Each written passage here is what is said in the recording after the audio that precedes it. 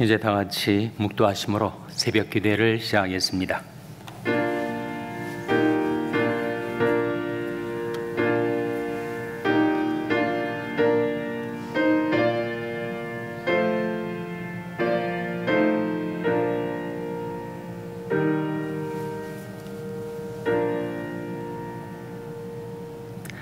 내가 하나님 여호와의 하실 말씀을 들으리니 대저 그 백성 그 성도에게 화평을 말씀하실 것이라. 저는 다시 망령된 대로 돌아가지 말지로다. 진실로 그의 구원이 그를 경외하는 자에게 가까우니 이의 영광이 우리 땅에 거하리이다. 긍휼과 진리가 같이 만나고 의와 화평이 서로 입맞추었으며 진리는 땅에서 솟아나고 의는 하늘에서 하감하였도다. 아멘. 하나님 아버지 감사합니다. 오늘 아버지 하나님이 무궁하신 사랑과 자비 가운데 저희들에게 생명을 주시고 호흡을 주시고 하나님께로 가까이 나올 수 있는 은혜를 베풀어 주신 것을 감사드립니다. 베푸신 은혜를 매번 하나님께 드리는 저희들이 경배와 찬송을 받아 주시옵소서. 저희들이 간구와 기도를 들어 주시옵소서. 성령과 말씀을 보내셔서 저희들이 망령된 데서 돌이켜 하나님께로 나오게 하시고 하나님 앞에서 살아가게 하여 주시옵소서. 이 모습 이대로 하나님 앞에 나왔사오니 저희들을 긍휼히 여기사 받아주시기를 바라옵고 예수님의 이름으로 기도하옵나이다. 아멘. 찬송가 349장 부르시겠습니다. 349장 찬송하시겠습니다.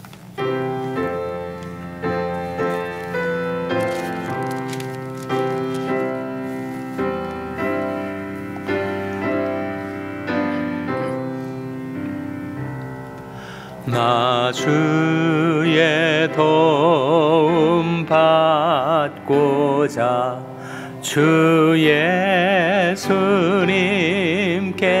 빕니다. 그 구원 허락하시사 날 받으옵소서.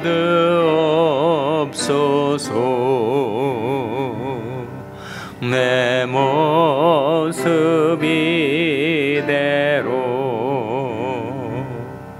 주 받으옵소서.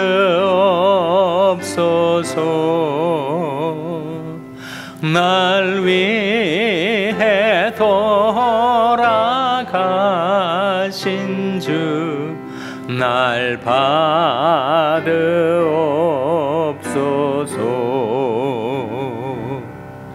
큰 죄에 빠져 영죽을 날 위해 피 흘렸으니 주 형상대로 비추사 날 받으옵소서.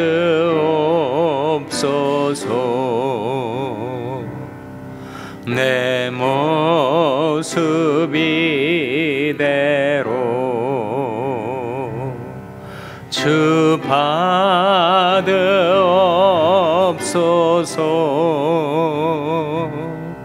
날 위해 돌아가신 주 날 받으옵소서.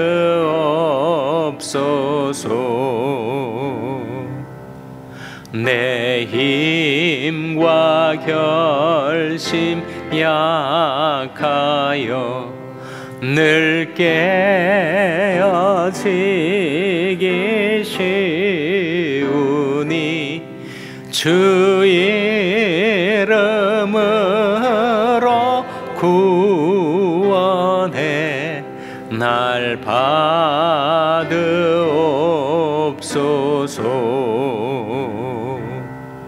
내 모습 이대로 주 받으옵소서.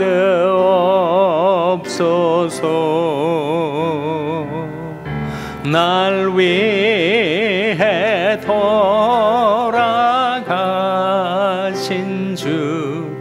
날 받으옵소서.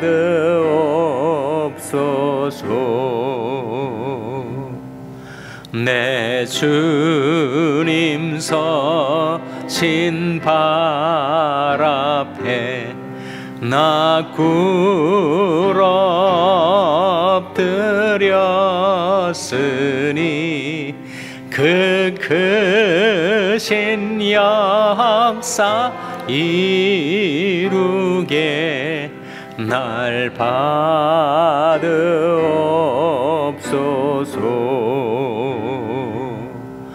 내 모습 이대로 주 받으옵소서.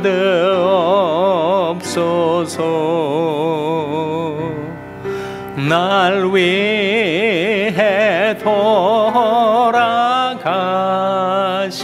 주 날 받으옵소서.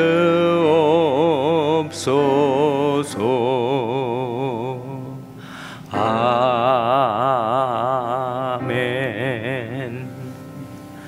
하나님의 말씀은 에스겔서 18장 14절에서 18절의 말씀입니다. 구약성경 1176면 에스겔서 18장 14절에서 18절의 말씀을 찾아서 교독하시겠습니다.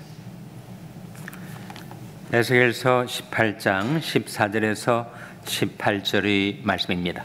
또 가령 그가 아들을 낳았다 하자 그 아들이 그 아비 행한 모든 죄를 보고 두려워하여 그대로 행하지 아니하고 산 위에서 제물을 먹지도 아니하며 이스라엘 족속이 우상에게 눈을 들지도 아니하며 이웃의 아내를 더럽히지도 아니하며 사람을 학대하지도 아니하며 전당을 잡지도 아니하며 억탈하지도 아니하고 줄인 자에게 식물을 주며 벗은 자에게 옷을 입히며 손을 금하여 가난한 자를 압제하지 아니하며 편이나 이식을 취하지 아니하여 내 규례를 지키며 내 율례를 행할진대 이 사람은 그 아비 죄악으로 인하여 죽지 아니하고 정령 살겠고. 다 같이 읽으시겠습니다. 그 아비는 심히 포악하여 그 동족을 억탈하고 민간에 불선을 행하였으므로 그는 그 죄악으로 인하여 죽으리라. 아멘. 할렐루야. 서로의 평강의 복을 기원하는 마음으로 샬롬, 서로를 축복하시고 인사 나누시기 바랍니다. 샬롬. 샬롬. 오늘도 수요 새벽 기도에 잘 나오셨습니다. 수요 예배가 저녁 7시 반에 드려지게 되겠습니다. 에스겔서 18장 말씀은 굉장히 중요한 말씀, 은혜로운 말씀인데 여기에 한 가문에 3대가 나옵니다. 3대, 3 generations가 나와요. 그 3대의 이야기가 여기에 나오고 있는데 그것은 바로 당시 유다 백성들에게서 유통되던 한 속담에 관하여 하나님이 에스겔 선지자를 통해서 말씀하신 거죠. 그 속담의 내용은 이렇습니다. 아비가 신포도주를 먹으니까 아들이 이가 시다. 그런 속담이에요. 아버지가 신포도주를 먹었으면 아버지 이가 쉬어야지 왜 아들이 이가 시겠습니까? 그럼에도 불구하고 유다 백성들이 아비가 신포도주를 먹기 때문에 그 아들이 이가 시다 라고 하면서 자기들이 닥쳐온 그 환난과 고통의 원인이 우리에게 있지 않고 아비 세대에 있다. 조상이 문제다. 잘못되면 조상 탓을 한다고 그렇게 자기들은 책임이 없고 다 이것은 아버지 세대, 조상 세대의 죄악이 우리로 하여금 이 앙화를 겪게 만드는 것이다. 그러고 있었다는 거예요. 그 속담을 인용해 가면서. 그래서 하나님께서 에스겔 선지자를 통하여 세 세대의 이야기를 합니다. 제1세대는 바르게 살았어요. 근데 2세대는 엉망으로 살았습니다. 제3세대는 그 제2세대, 자기 아버지 세대가 엉망으로 살았던 것을 반면 교사로 삼아가지고 나는 그렇게 살지 말아야지. 그래서 이 제3세대는 바르게 산 겁니다. 그 이야기를 하고 있는 거예요. 오늘 본 말씀에는 제3세대에 해당되는 한 아들이 이야기가 나오는데, 아버지가 우상 숭배를 하고 성적으로 문란하고 돈 문제로 인해서 온갖 악행을 저지르고 가난한 자를 학대하고 사람들이 물건을 전당물로 취했다가 돌려주지도 않고 돈을 구워주면 가난한 사람의 등을 쳐먹듯이 그렇게 온갖 고리대금을 하고,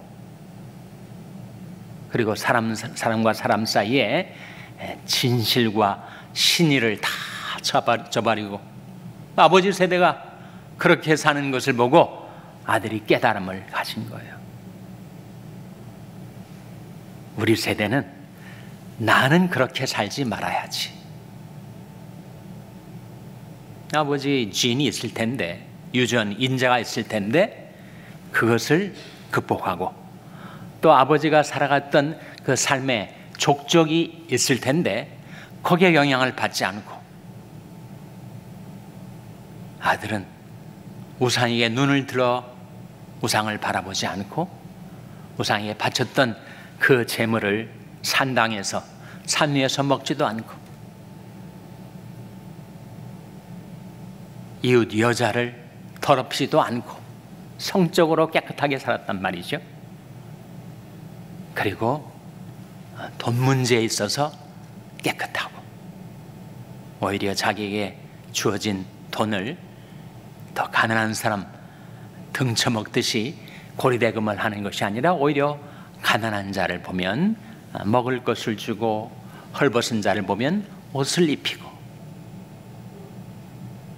그리고 사람과 사람 사이에 진실하게 판단을 하고 신의를 지켜 살고, 그런 사람이 죽겠는가?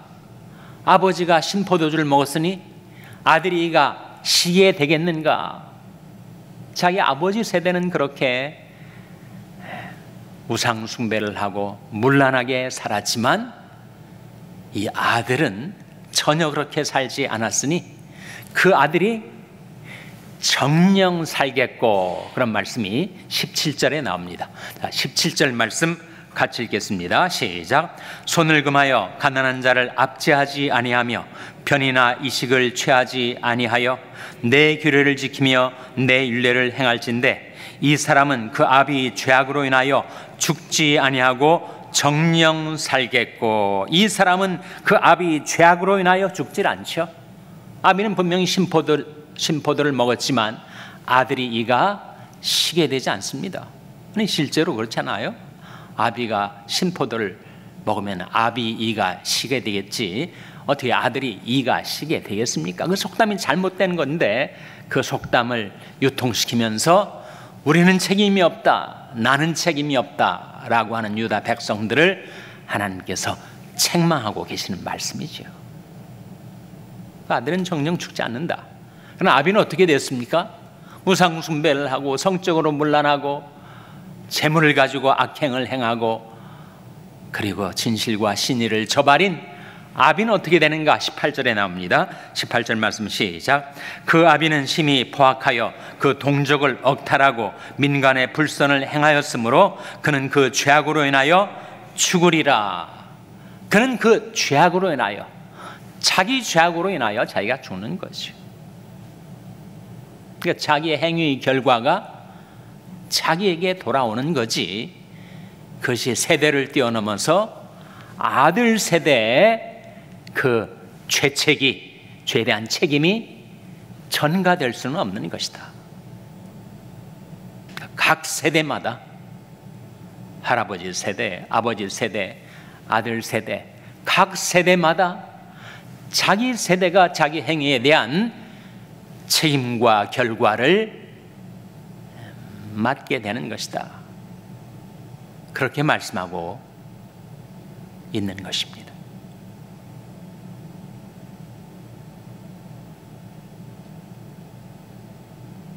자기 죄악으로 자기가 죽게 되고 그것을 보고 마음에 돌이켜 의와 선을 행하는 자는 정령이 살겠고, 그렇게 말씀하고 있습니다. 사람은 자기 인생에 대해서 자기 책임을 지게 되어 있습니다. 자기가 행한 그 결과가 자기에게로 돌아오게 되어 있습니다. 그걸 가리켜서 뭐라고 하죠? 심은 대로 거두리라. 갈라디아서 6장 7절에 나온 말씀 같이 읽겠습니다. 시작. 스스로 속이지 말라. 하나님은 만홀히 여김을 받지 아니하시나니 사람이 무엇으로 심든지 그대로 거두리라. 사람이 무엇으로 심든지 그대로 거두리라. 심는 대로 거둔다는 것이 성경에 나오는 말씀이구나, 갈라디아서에 나오는 말씀이구나 발견하게 되지 않습니까? 그런데도 사람은 콩 심은데 팥 나기를 바라고 팥 심은데 콩이 나올지 모른다, 이렇게 스스로를 속이며 살아간다는 거예요. 스스로 속이지 말라. 하나님은 만홀히 여김을 받지 않는다. 하나님이 만홀히 여김을 받지 않는다는 말씀은 우리가 하나님이 세우신 그 영적인 법칙을 피해갈 수가 없다는 것이죠. 우리 하나님을 무시할 수가 있습니까? 하나님을 경홀히 여길 수가 있어요? 내 마음이 교만해져서 하나님을 무시하고 하나님을 만홀히 여길 수는 없는 것이라 하는 말씀이죠. 하나님은 만홀히 여김을 받지 아니하시나니 사람이 무엇으로 심든지 그대로 거두리라. 자연계의 법칙과 영적인 법칙이 정확히 일치합니다. 심은 대로 거두리라. 그러니까 자기 육체를 위해서 심는 자는 육체로부터 썩어진 것을 거두고 말죠. 그러나 성령을 위하여 심는 자는 성령으로부터 뭘 거둔다고 했습니까? 뭘 거둔다고 했어요? 갈라디아서 6장 8절 이어지는 말씀 같이 읽겠습니다. 시작. 자기 육체를 위하여 심는 자는 육체로부터 썩어진 것을 거두고 성령을 위하여 심는 자는 성령으로부터 영생을 거두리라. 뭘 거둔다고요? 영생을 거두리라. 자기 육체를 위하여 심는다는 것은 육체의 욕망을 따라 사는 사람을 가리키죠. 성령을 위하여 심는다는 것은 성령의 인도를 따라 사는 삶을 가리킵니다. 그래서 성령을 위하여 심는 자는 성령으로부터 영생을 거두리라. 심은 대로 거두게 되는 것이 하나님의 공입니다. 하나님이 양대 속성을 가리킬 때 바로 공의와 무엇이죠? 공의와 사랑 아닙니까? 하나님의 양대 속성은 사랑과 공의죠. 우리 주 예수 그리스도 안에 충만했었던 두 가지가 있었습니다. 그 두 가지가 뭐예요? 바로 말씀이 육신이 되어 우리 가운데 거하심에 우리가 그 영광을 보니 아버지의 독생자의 영광이요 무엇과 무엇이 충만하더라 라고 했습니까? 은혜와 진리가. 자, 사랑과 공의, 은혜와 진리 일치되지 않습니까? 사랑이 바로 은혜지요. 공의가 바로 진리입니다. 하나님의 양대 속성이 사랑과 공의이고 우리 주 예수 그리스도에게 충만했던 것이 바로 은혜와 진리예요. 그러니까 사람이 무엇으로 심든지 그대로 거두게 되는 것은 공의요 진리입니다.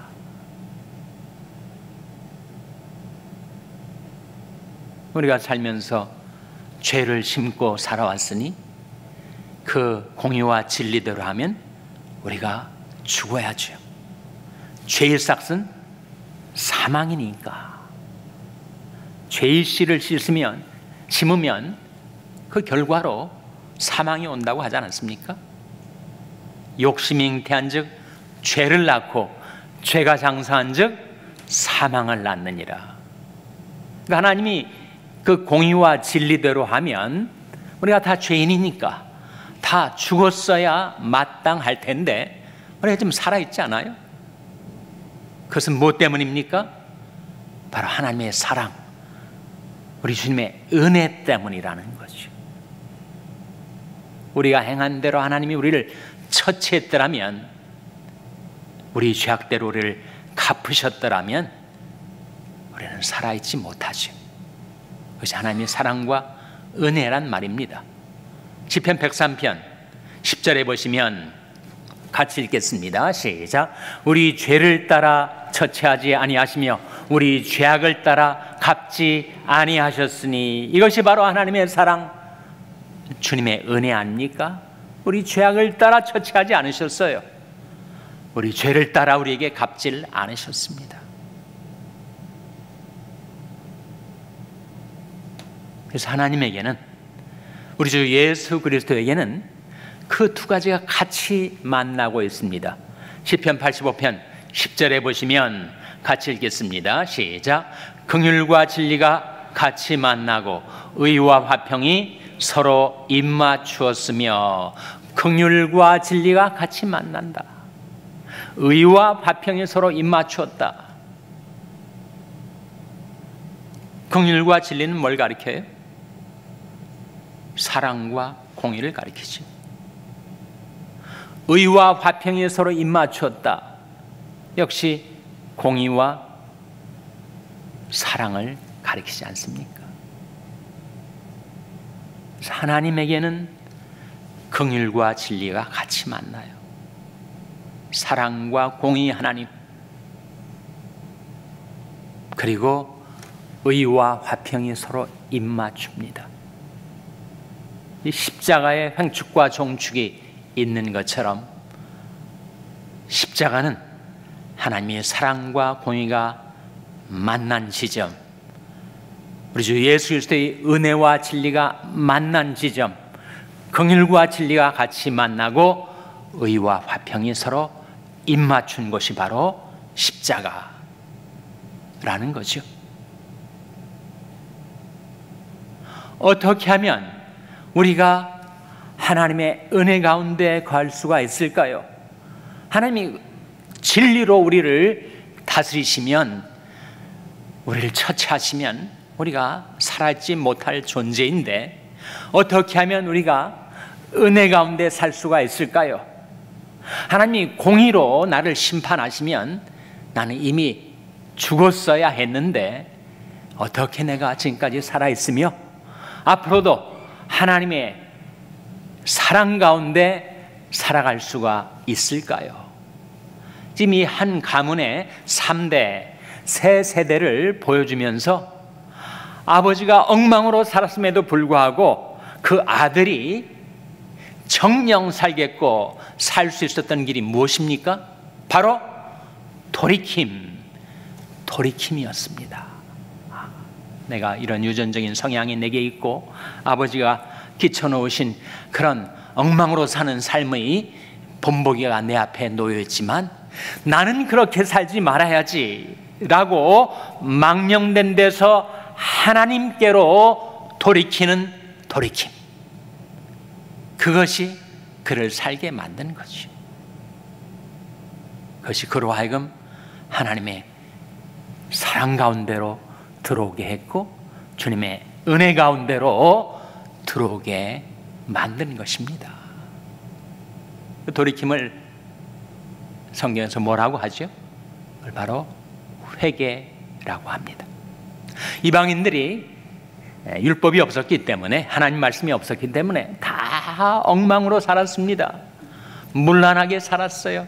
자기 욕망을 쫓아서 자기 고집대로 자기 방식대로 살았던 이방인들에게 어떻게 하나님이 구원이 임하게 되었는가? 사도행전 11장에 나온 말씀, 이러므로 하나님께서 생명 얻는 회개를 이방인에게도 주셨도다. 생명 얻는 회개. 우리가 어떻게 살 수 있는가? 회개할 때, 돌이킬 때 내 마음 중심에서 나는 내가 조상적부터 물려왔던 죄악된 삶의 방식대로 살지 말아야지라고 하는 그 중심에서의 돌이킴, 그 회개가 우리로 하여금 생명을 얻게 주는 것입니다. 내 비록 죄성을 물려받은 죄인이었고, 그리고 내가 살고 있는 세상이 온통 죄악으로 가득 찬 세상이지만 나는 내 중심으로 하나님께로 돌이켜서 하나님 주시는 생명을 받아 살고, 망령된 행실에서 하나님 앞에서 살아가는 삶으로 의로운 행실로 살아서 회개하는 자에게 주시는 생명을 받아 누리며 살아가는 저와 여러분 될 수 있기를 주님의 이름으로 축원합니다. 기도하시겠습니다. 오늘 말씀 기억하며 하나님, 제디 하나님께로 돌이켜 하나님의 사랑, 주님의 은혜 가운데 살게 하여 주시옵소서. 기도하시기 바랍니다. 우리 자녀들을 위해서 기도할 때 하나님, 저희 자녀들이 하나님의 사랑을 깨닫고 주님의 은혜를 받아 살게 하여 주시옵소서. 기도하시기 바랍니다. 병성에 낙한 지체들의 치료와 회복을 위해서 기도해 주시기 바랍니다. 우리 샬롬 교회가 이 하나님의 사랑의 복음, 주님의 은혜의 복음을 전파하는 교회 되게 해달라고 기도해 주시기 바랍니다. 여러분의 생업을 위해서 기도하시고, 러시아의 강태원 선교사님을 위하여, 케냐의 이인 선교사님을 위하여 기도해 주시기 바랍니다. 하나님, 저희들 긍휼히 여기사 성령으로 충만케 하여 주시옵소서. 이런 제목들 놓고 우리 합심해서 1분간 기도하겠습니다.